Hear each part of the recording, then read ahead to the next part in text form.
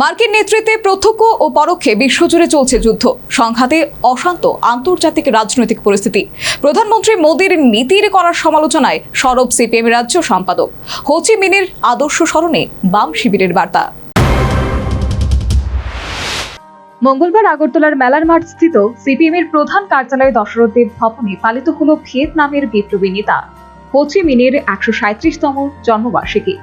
অনুষ্ঠানে উপস্থিত ছিলেন রাজ্য সম্পাদক জিতেন্দ্র চৌধুরী সহ দলের অন্যান্য নেতাকর্মী ও সমর্থকরা।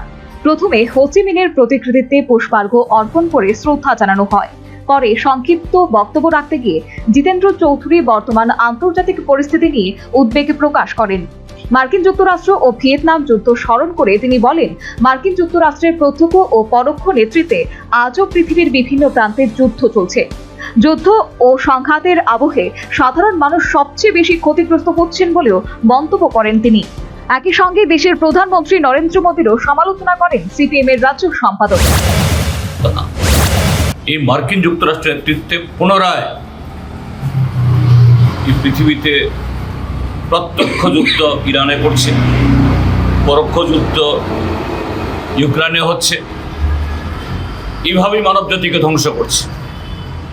যার ফলশ্রুতি আমাদের এখানে জ্বালানি সংকট, যার ফলশ্রুতি দ্রব্যমূল্য বৃদ্ধি, যার ফলশ্রুতি আমাদের দেশের উৎপাদনে ঘাটতি। কিন্তু দুর্ভাগ্যের আমাদের দেশের নরেন্দ্র মোদীর নেতৃত্বে যে সরকার এগুলো উপলব্ধি করছে না। এবং আমাদের দেশের সরকার, আমরা যখন হো চি মিন, স্টালিন তাদের জীবনের বৃত্তান্তগুলো বলছি, তারা বলছে না বিদেশি নায়কদের কথা।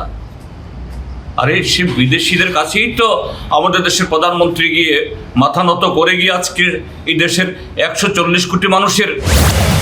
জিতেন্দ্র চৌধুরী আরো বলেন, হো চি মিনের আদর্শ আজও সাম্রাজ্যবাদ বিরোধী সংগ্রামের প্রেরণা যোগায়। তাঁর জীবন সংগ্রাম নতুন প্রজন্মকে অন্যায়ের বিরুদ্ধে লড়াইয়ের শিক্ষা দেয় বলেও মন্তব্য করেন তিনি।